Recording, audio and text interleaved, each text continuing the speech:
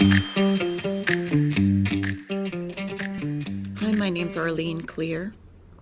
I teach 8th grade ELA at Washington Middle School, and I'm really excited that we're back together again this year.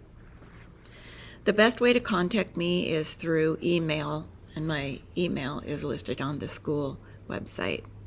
But if you need to call and leave a message, I will get back to you that way. The WMS homepage also has access to Schoology, where you can find most of the information that you need for basic questions. And also on that homepage, you can find a digital copy of the textbook. Please contact me if you have any other questions that are not answerable through ordinary things like Schoology.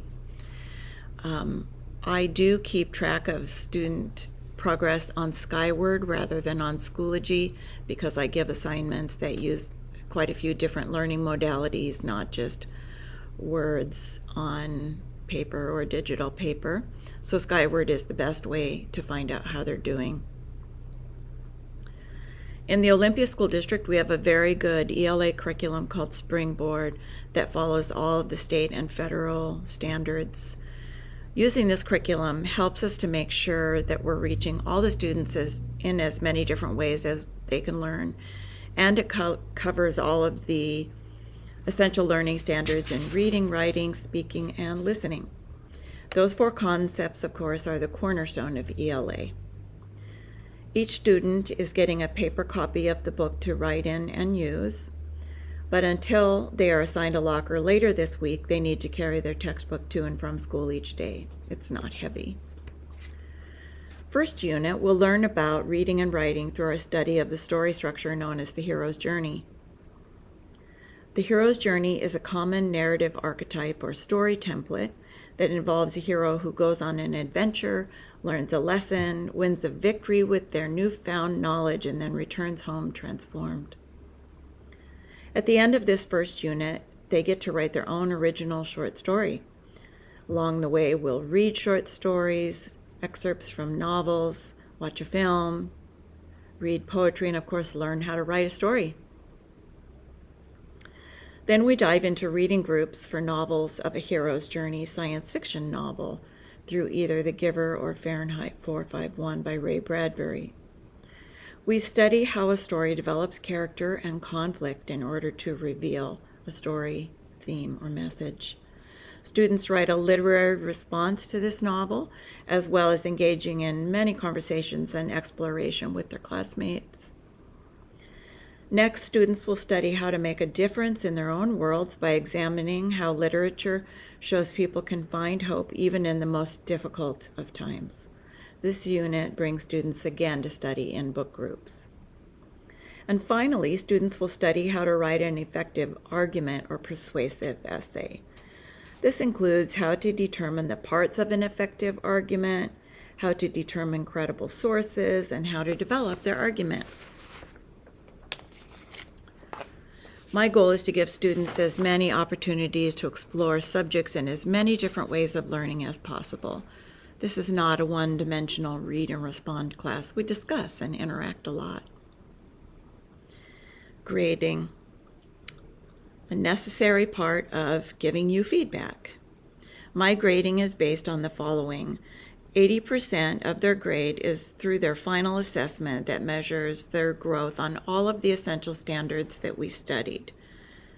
And 20% is for that daily work, and I call that daily engaged learning.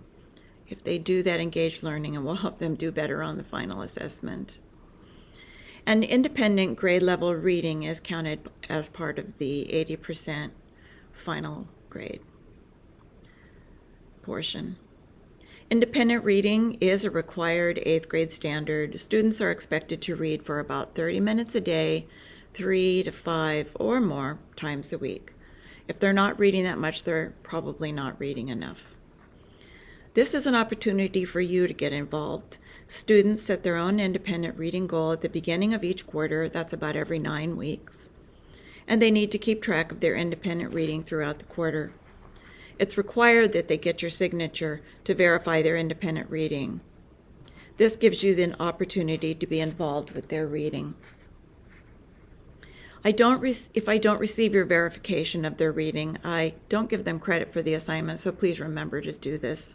You can either sign the paper copy of their quarterly book log or send me a quick note via email to verify your child's reading that quarter. Their first book log is due with their signature by November 15th. All the due dates for the year are listed on Schoology. If students get a final assessment rubric back and they feel they want to improve their score in a certain area, they can do that. They can look at the rubric, plan for how to increase their grade in particular skill areas, and revise parts of it. In order to rescore it, I ask that they include the original text and highlight the areas that they add or change in the revised version. Homework's typically just their independent reading 30 minutes a day, unless they're writing that final assessment at the end of each quarter, which is usually their story or final essay or project. Then they need to work on that project at home, and I assume that they spend a little less time reading and a little bit more time writing then. If your child's absent due to an excused absence, they have the number of days they were gone plus one extra to make up the work and still be on time. My hope is that this will help kids to stay on task and track. If they get too far behind, they can become overwhelmed and frustrated or confused. So if you're going to be on vacation or the like, I do expect that students do the work that they're missing while they're gone to alleviate some of the getting behind problems. If there are special circumstances, please contact me or have your child talk with me. I am totally here to support all of you and to help us have a great and successful year. Okay, see you soon. Bye.